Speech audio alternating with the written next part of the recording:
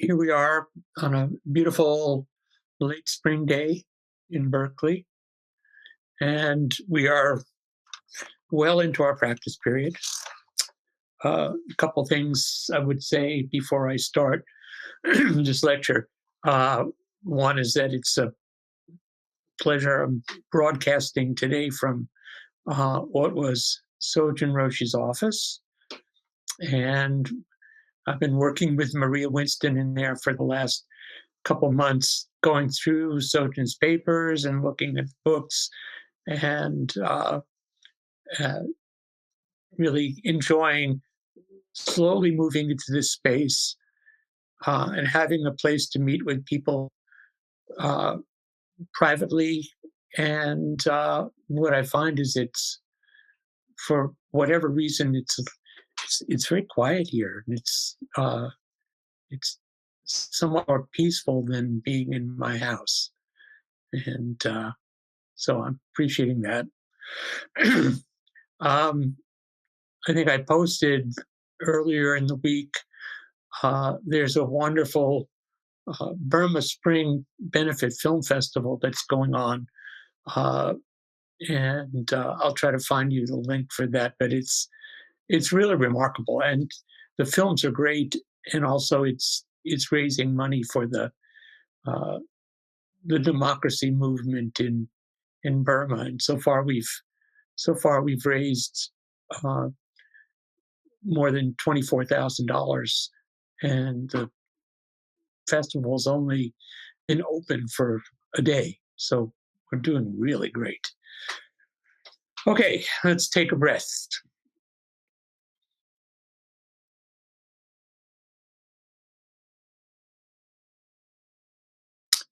Today, I'd like to talk about the five skandhas and uh, open up some ways to think about it that are new for me and hopefully new for you. The word skandha means aggregate or collection or heap. And what it represents are the physical nature of our bodily existence, and then four mental factors. So there's five skandhas. And they're always changing. That's the one thing that they have in common, is that uh, they are changing from moment to moment. And that includes both your body and the activities of your mind. Um, the five skandhas are applied from the beginning. There you find them in the first sermon of the Buddha. He speaks of it when he speaks of the middle way, Four Noble Truths, and dependent origination. And the notion that we have of the five skandhas is that it's what we take to be ourself. And so to investigate the five skandhas is to investigate the question, who am I? But I would say for me and for most of us, our first encounter with this word, skandha, is in our daily recitation of the Heart Sutra.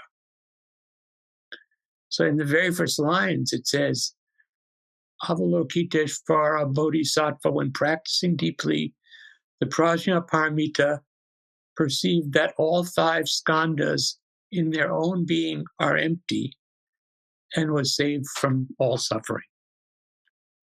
So we'll talk a little about what that emptiness is that applies to the skandhas. But what I notice is that our first encounter with the skandhas is in the realm of negation, of negating them. And then a few lines later, he says, therefore, in emptiness, no form, no feelings, no perceptions, no formations, no consciousness. So there you have a list of the 5 skandhas: form, feelings, perceptions, formations, and consciousness, but they're all negated. And so we'll talk about why that is. So as I said, our investigation of the 5 skandhas is an investigation of, you could say, who am I? Or who do I think I am? Or how is it that I think I am me? Especially when we investigate and see that who I am, there are aspects of who I am that seem quite fixed, and we have a leaning towards wanting to see something unchanging and fixed. But as we investigate, we see that it's always flowing like a river or a stream. But it's important to recognize that, like everything else in the Dharma, the 5 skandhas are not an absolute truth. They're not a concrete model or a detailed map. What they are is a tool for introspection. And the point of that introspection is not some abstract philosophical approach, but actually the point is so we can be free, so we can be our true self. And as we investigate all those ever-changing aspects,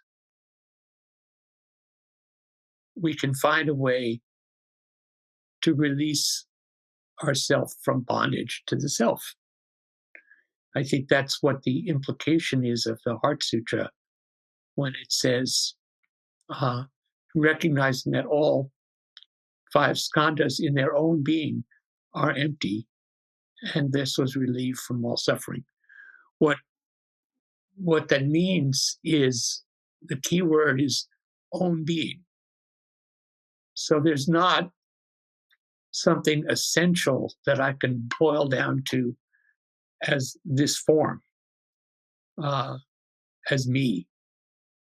If I look at a photograph of myself, if I look at my image on the screen right now, it's like, wow, who's this old guy? That's not the way I think of myself internally, but that's what it looks like from the outside now. And it didn't look like that 15 or 20 years ago. And it didn't look like that 50 years ago. And yet I project some continuity. But even there, that's really questionable. My thoughts from one moment to another are not continuous. There's a wonderful lecture by Sojun Roshi that he gave in Chapel Hill in, I think, 1997. I think this lecture is actually in his upcoming book. And I just want to quote from it a little. It's a lecture that he gave on the Heart Sutra. And he says, the Heart Sutra goes through the 5 skandhas. Therefore, in emptiness, no form, no feelings, no perceptions, no formations, no consciousness. Then the sutra goes through the senses. No eyes, no ears, no nose, no tongue, no body, no mind. And he says, in emptiness, there is no qualification. There's no thing that says noses or no are noses. Like I've got my nose doesn't look like Carol's nose. it probably has, it has generally the same function, but it looks different. It's probably in a different state of congestion. Who knows? Uh, no nose. But the nose is only a nose because it has a location on my face. You know, uh, it's not like a Picasso painting where the nose will be over here.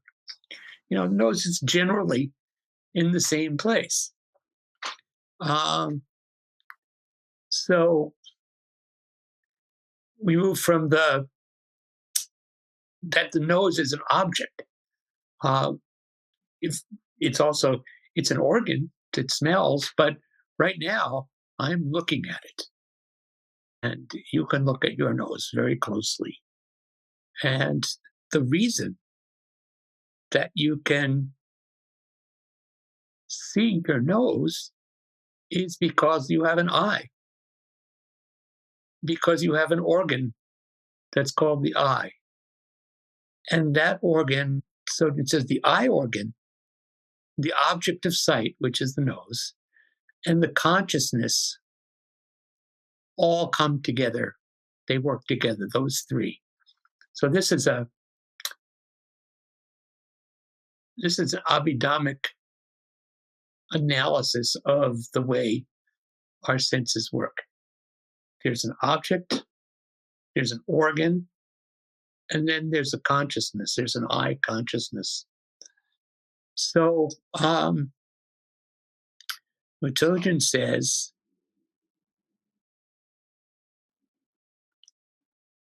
an object is not an object. An object is part of consciousness because consciousness creates the object.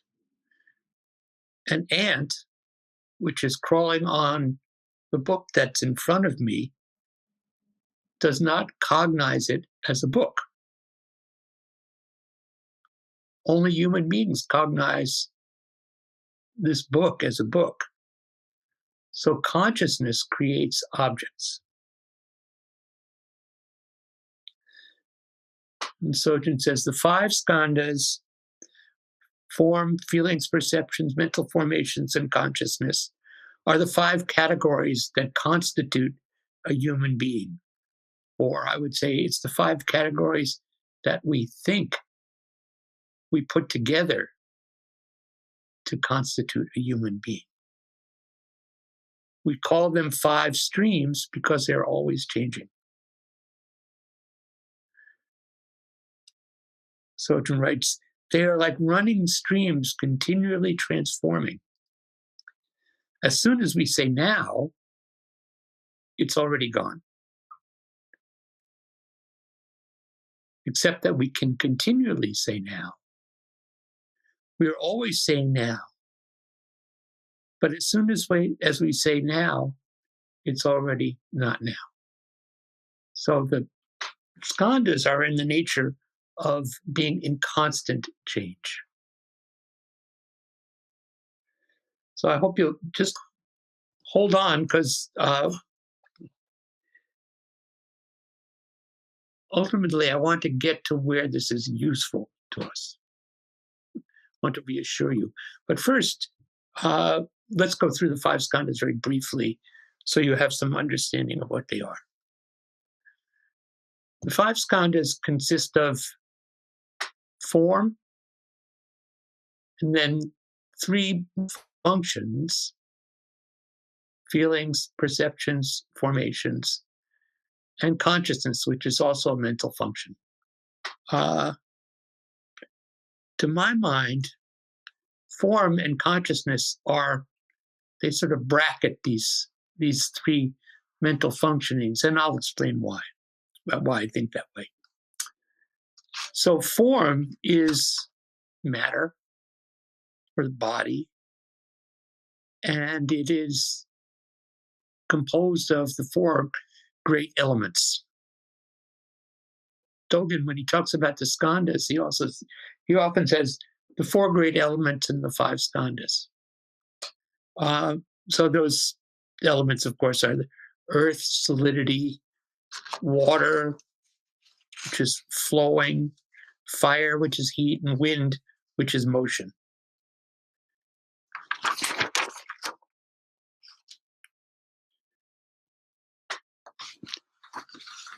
So this is our body. Our body is the location in which all of our mental activity takes place.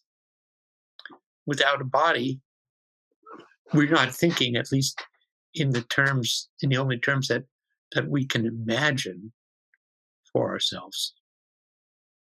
So then we come to the three mental factors. The first of this is feeling. You could call it sensations, bare sensations. By the way, the word for form in Pali is rupa, R-U-P-A.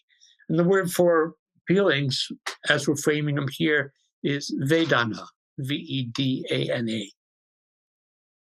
And it's really the bare contact.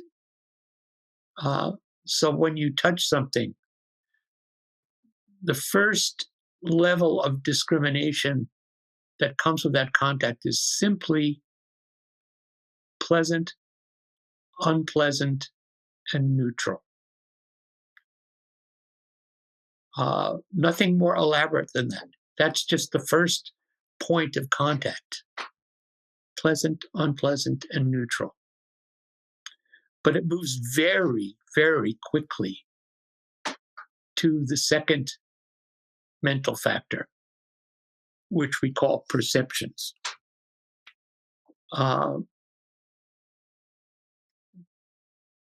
Samjna is the aggregate of recognition or labeling.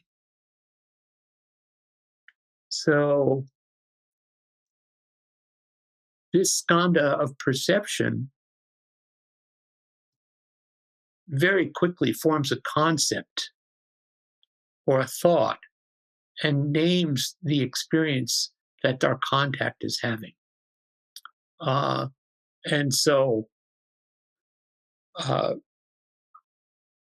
it's drawing this from, we won't go into this in such detail, it's drawing this from our experience. We might start with a blank slate, but really instantly, the miracle of our mind, or of our consciousness, if you will, is it starts sorting and categorizing and filing our experiences so that when we experience something like them, we can draw on that. So if I put my hand on a hot stove, it's unpleasant very quickly. It's heat. It's hot. And the same thing is true of almost anything that we cognize. We recognize and put a label on it. Hot, cold, the shape of a tree, the color green, emotion, fear, joy, all of those things. These are labels that go on our experience. And probably there are labels that are mostly we experience these labels as arising with words. But certainly there are pre-verbal kinds of labeling that we come to before we have the language. And certainly animals are responsive to whatever labeling mechanism they may have that is certainly distinct, probably distinct from our particular words. But labeling is an activity of the mind. That's the third skandha. The fourth skandha is called mental formations, or samskara. And that takes a little longer to emerge. The first two happen very quickly when we experience something.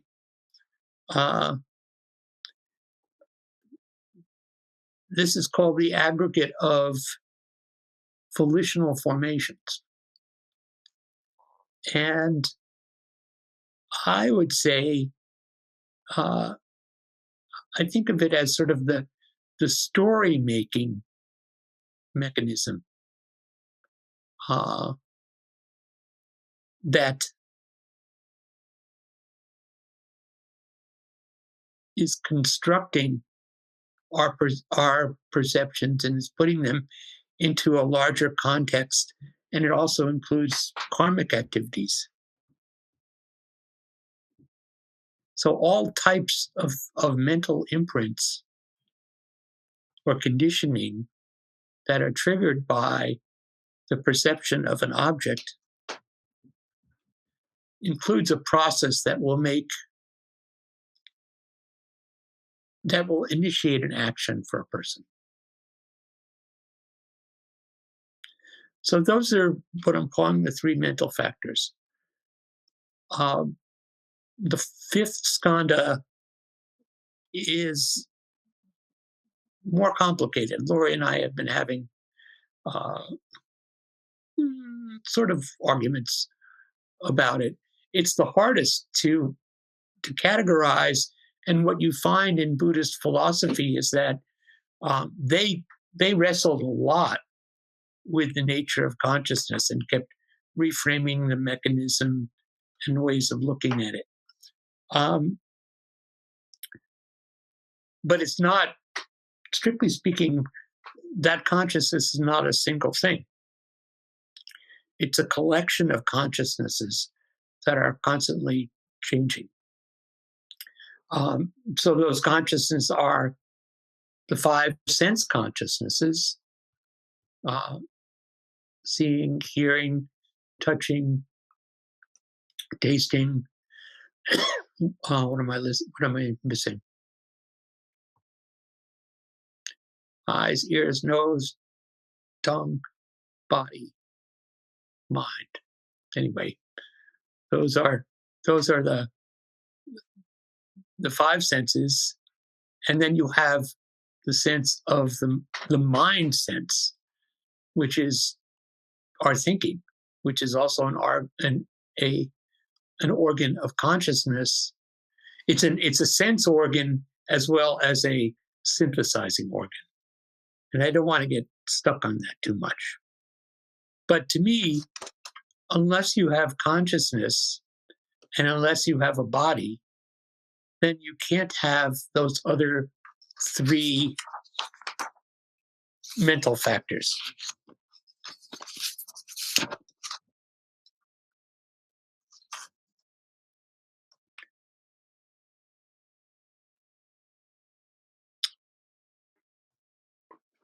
So in the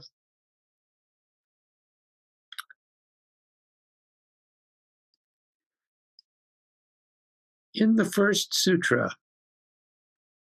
in the Dhammacakkavatara Sutra, the Buddha says, he's in the first noble truth, he says, the noble truth of suffering is this: birth is suffering, sickness is suffering, death is suffering, association with the unpleasant is suffering, dissociation from the pleasant is suffering, not to receive one's desires is suffering. In brief, the five aggregates subject to grasping are suffering. In other words, or sometimes it's translated, the five clinging skandhas, upadana skandha, are suffering. And there's some ambiguity, at least to my mind, about what that means, the five clinging skandhas. I think of the skandhas as they cling to us. We grasp for them. And their nature is sticky. It's like they have some adhesive on their surface, and when we touch them, we kind of get stuck, like on, like uh, the way we used to see people get tangled up in flypaper in cartoons. Uh, and so when we stick to them, that's when we're in the process of framing those clinging skandhas as me, and we suffer. But one thing that I came across in my studying is all skandhas are not clinging, or we do not cling to all skandhas, and that's where we can practice. Uh,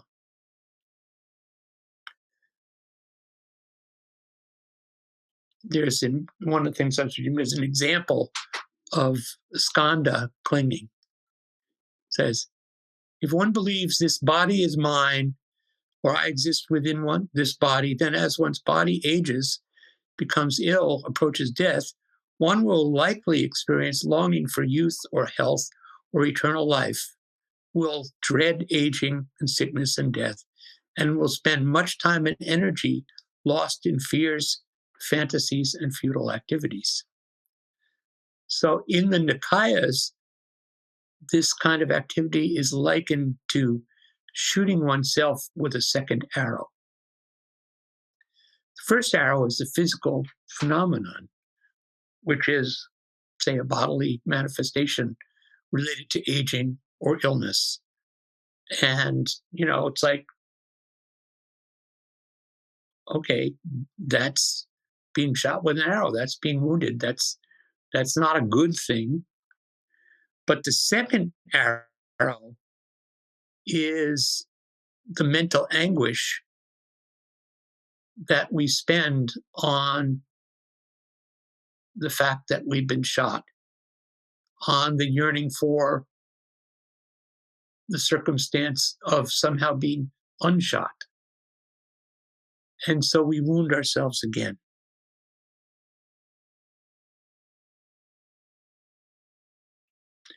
So the question that we come to is, how do we practice with the five skandhas? How are they useful to us? And I do find them very useful. First of all, again, without going into a lot of detail, I've often felt that they map onto the wheel of conditioned co-arising. And that's been confirmed in some of what I've been reading. So, one thing leads to another. It can lead to another in delusion, or it can go the other way and lead to another in liberation. So here, thinking about breaking the chain of the skandhas wherever it's possible. So sensations or feelings or sensations are unavoidable. They happen. Perhaps if you're a Buddha, you can intervene right at that point and not create perceptions or mental formations. I think it's really hard. If we can break the chain there, then we're free from the process of creating a self. The next place, of course, is to break the chain after the third skandha. After we've labeled something, can we break the chain there and just say, okay, this is it. Hot, remove my hand from the stove.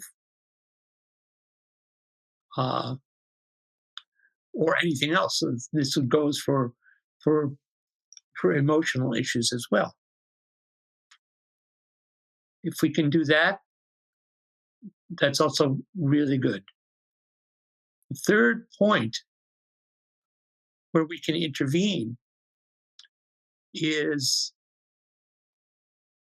in the skandha of mental formations. So can I intervene? And it's easier here because it's easier to see I am making up a story about this. And I've experienced this, a couple months ago, I was helping two people in another community that were having a conflict. And the nature of the conflict was it had gone on for a while. And so they both had pretty elaborate stories about the other, and also elaborate stories about what how they categorized the experience that they were having. And I thought it was really interesting to note that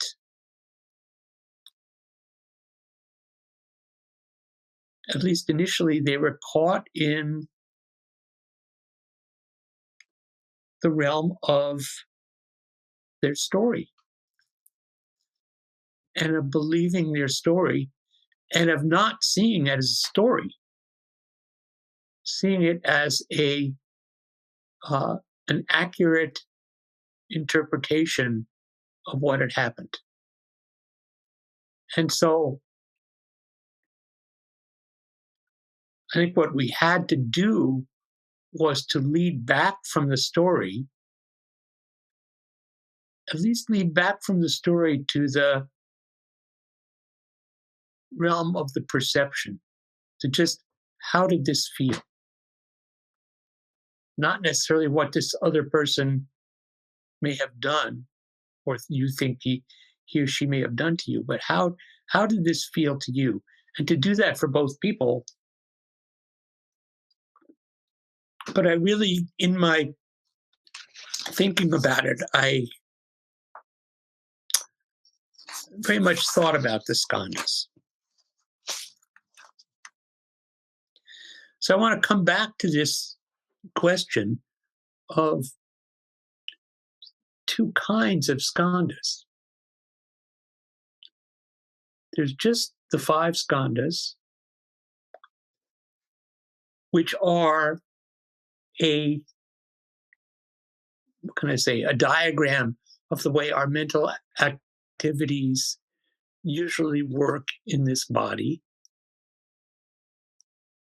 That doesn't necessarily imply a fixed self. And then there's the five clinging skandhas. Same skandhas. This is very much like what I was talking about last week when we talked about the different versions of the three marks of existence. So one version, traditional version, as I said, was three marks are impermanence, non-self, and suffering. And a Mahayana version is impermanence, non-self, and nirvana. So you could say this is a parallel process. And one of the things that, in what I was reading, that said, well, even arhats and bodhisattvas, so long as you have a body, you have five skandhas. But if you have purified, or if you've clarified your practice, then those five skandhas, they don't, if they're clinging skandhas, then it's the 3 marks that are going to lead to suffering.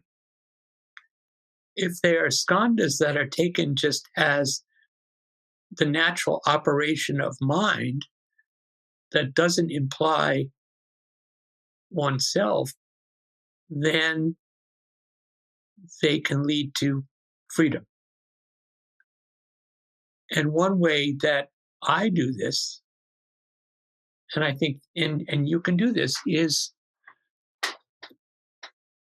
with any experience that may come to mind, particularly if it's an experience that has a charge, an unpleasant or a pleasant, a pleasurable or an unpleasurable charge. I try to work it backwards.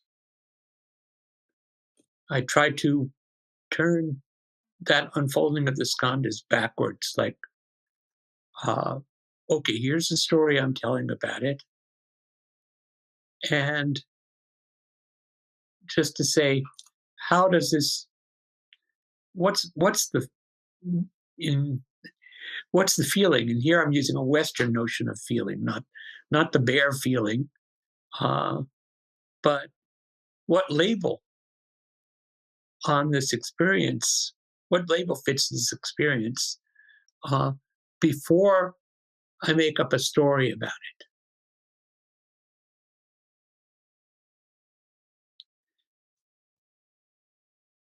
And I guess I would couple that with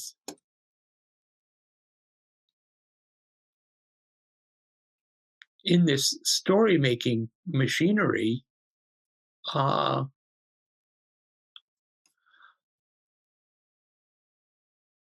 don't know what the other person is thinking.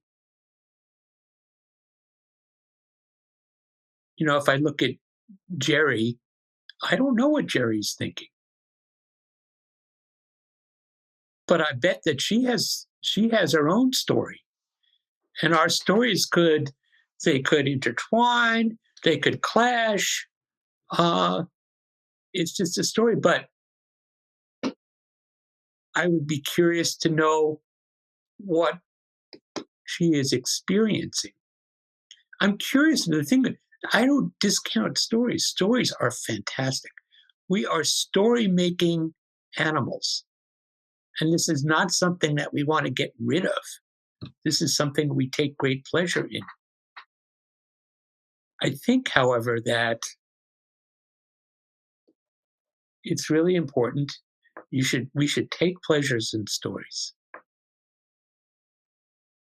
And at the same time, we should be able to see through them. We should be free to see through them. And just, enjoy the story, but don't feel that it's the truth. There's no absolute truth in Dharma.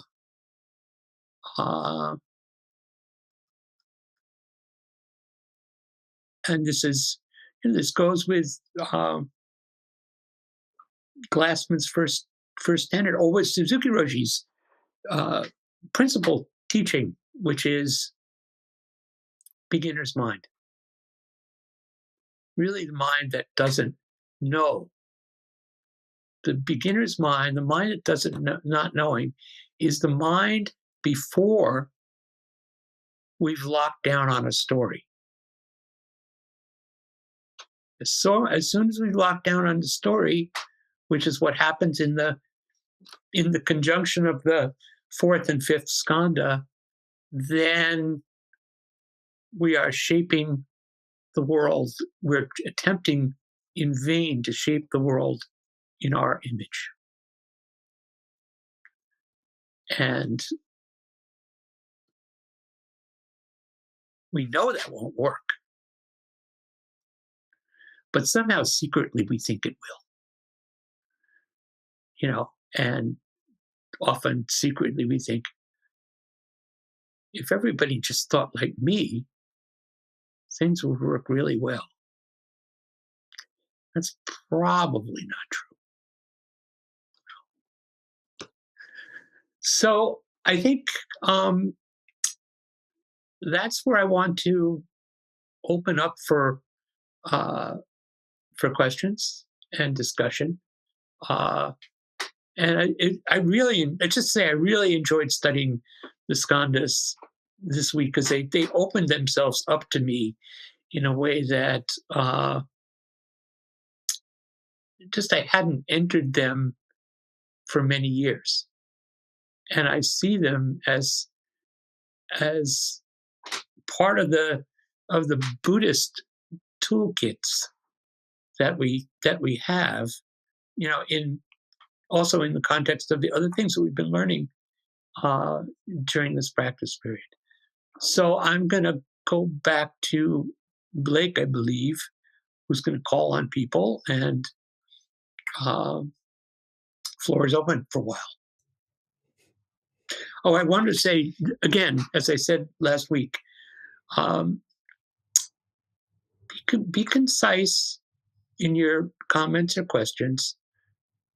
Try to ask a question. A comment is not out of bounds, but be concise and think about. Keep in mind the people who might not so easily speak as you might, and give them some space. So let's take a minute and then to breathe and settle ourselves and let our question rise, and then Blake will call on you. So just a just a minute, and I'll bow to close it.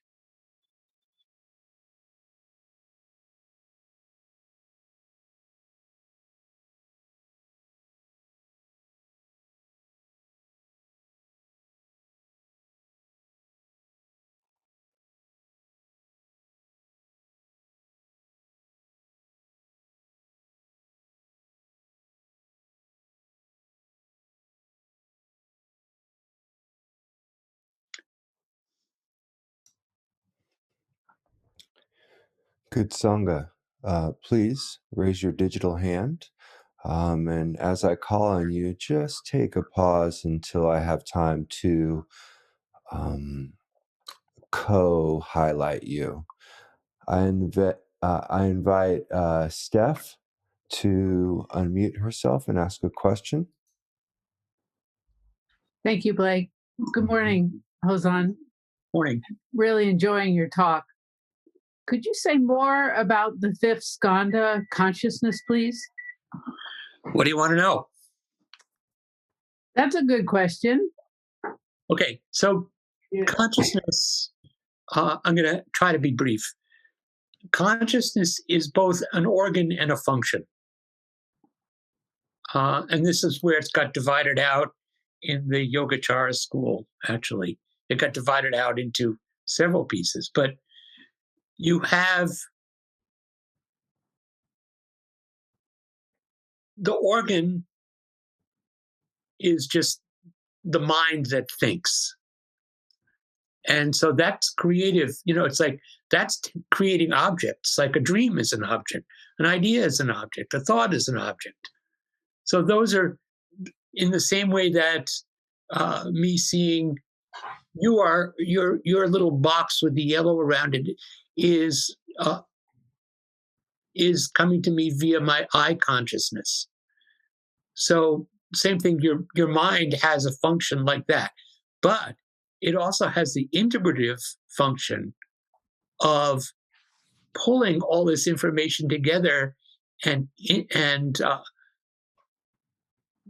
miraculously making it so that it all works together, so that we have a larger idea that is integrating. Right now it's integrating what I see, what I hear, what I feel on my skin, and there's also some part of my brain that is uh, spewing words. Where do those come from? Where? How? What? So the brain is doing this incredible coordinating function. So that's also, so consciousness is very hard to get your head around, and also it's almost impossible. I mean, I think there's a big question in Buddhist philosophy about can you see it? Can you see your awareness? Or in the instant that you think you see it, have you turned it into an object and you're no longer, you're now not using it, but you're not seeing it, but you're using it. It's really complex. Mm. Well, we can't really see our thoughts.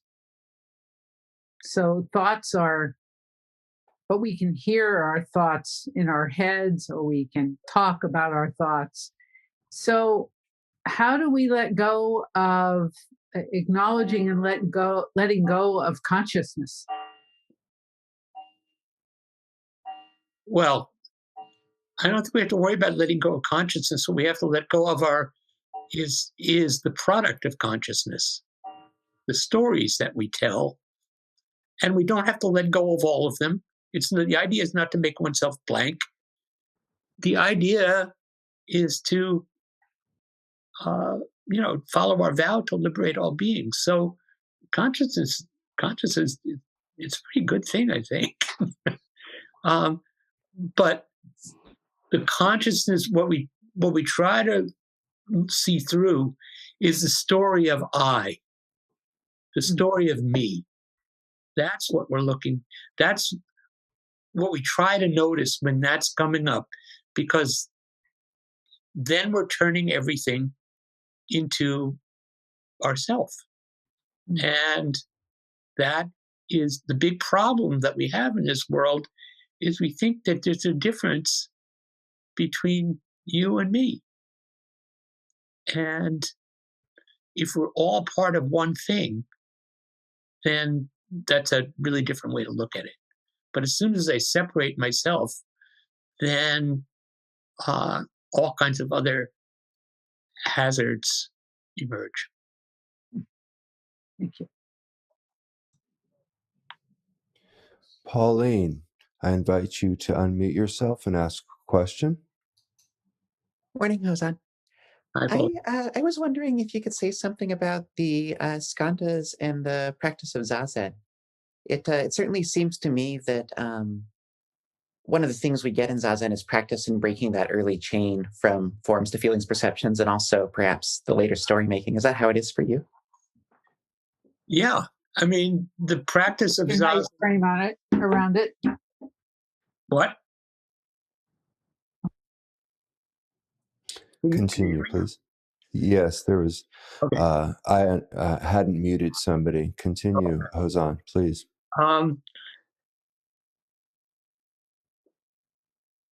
The act of zazen is letting go of this idea of ourself as it arises moment by moment, which it incessantly does. We don't act punitively towards it, towards me. It's like, oh, okay, there I am again. Oh, but wait, I meant to be sitting upright and breathing. So I'll just return to that. And, if an interesting story comes up, I just think, okay, there's 23 other hours in the day. And if that's really an interesting story, then it'll come back and I'll take some time to think about it. But that's not what my intention is now.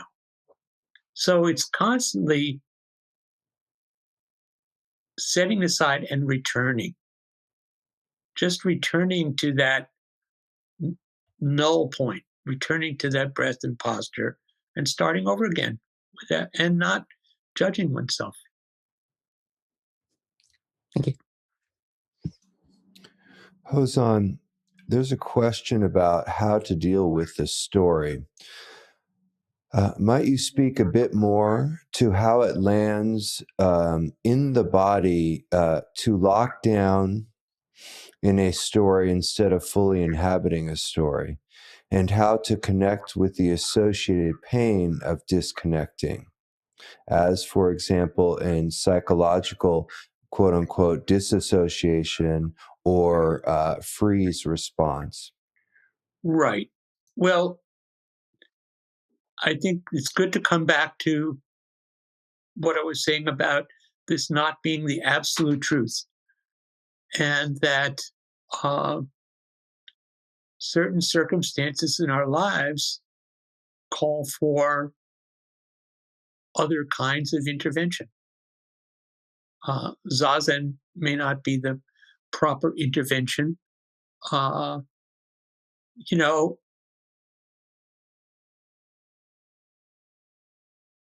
we've been discussing, we've been sort of traveling around the perimeter of issues of trauma for a while. I mean, we've been talking about it here and in other places in the Sangha, and those are, this gets to a much deeper level of psychological or even Buddhist psychological analysis, and some seeds are planted really deep and they're really strong, and we may need other modes of addressing them. So it's not so simple as saying you can just unreel that story. I think where you can do that, great.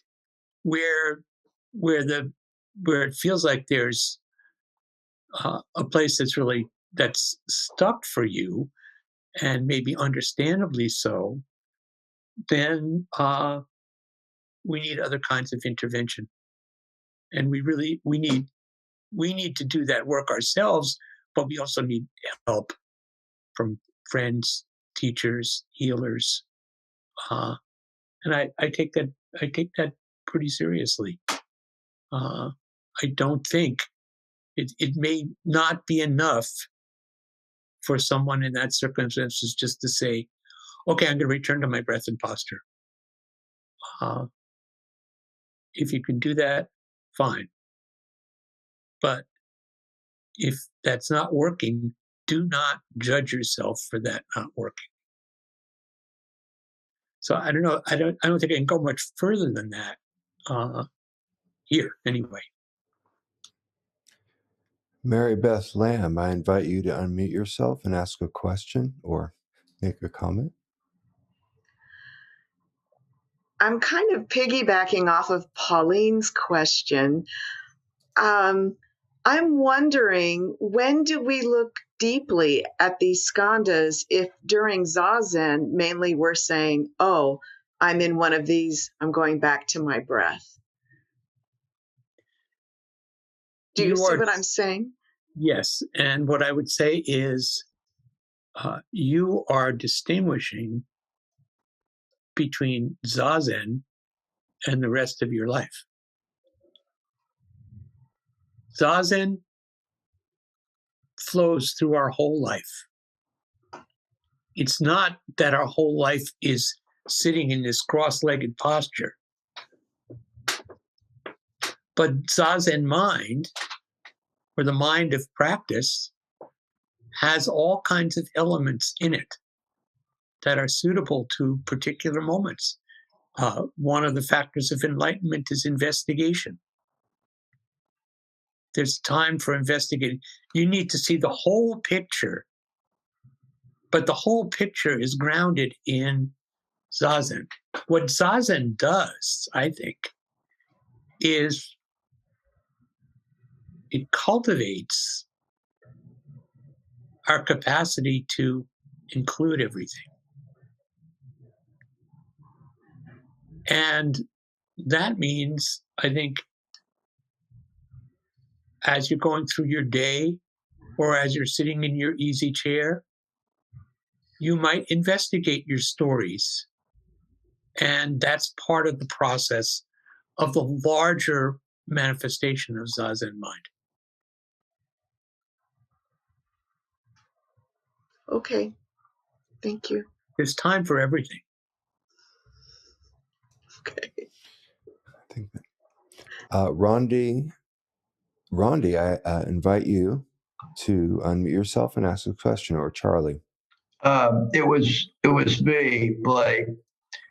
Hozan, I went to see Sojin many times with a story, and I asked him how to change that story. And he always said the same thing, shine a light on it. And that's what you call investigation, I guess.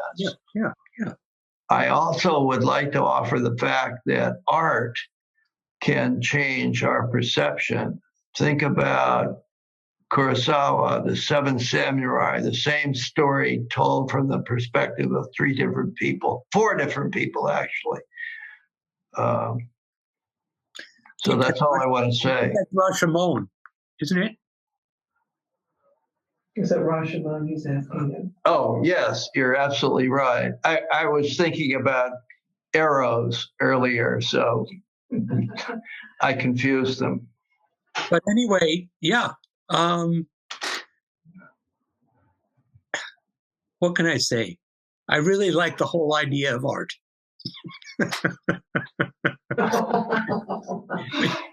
And we should be. What about Francis Bacon? What? What about Francis Bacon? What about him? Do you like him? Not so much. Yeah, right. But, I don't either. But the work is brilliant.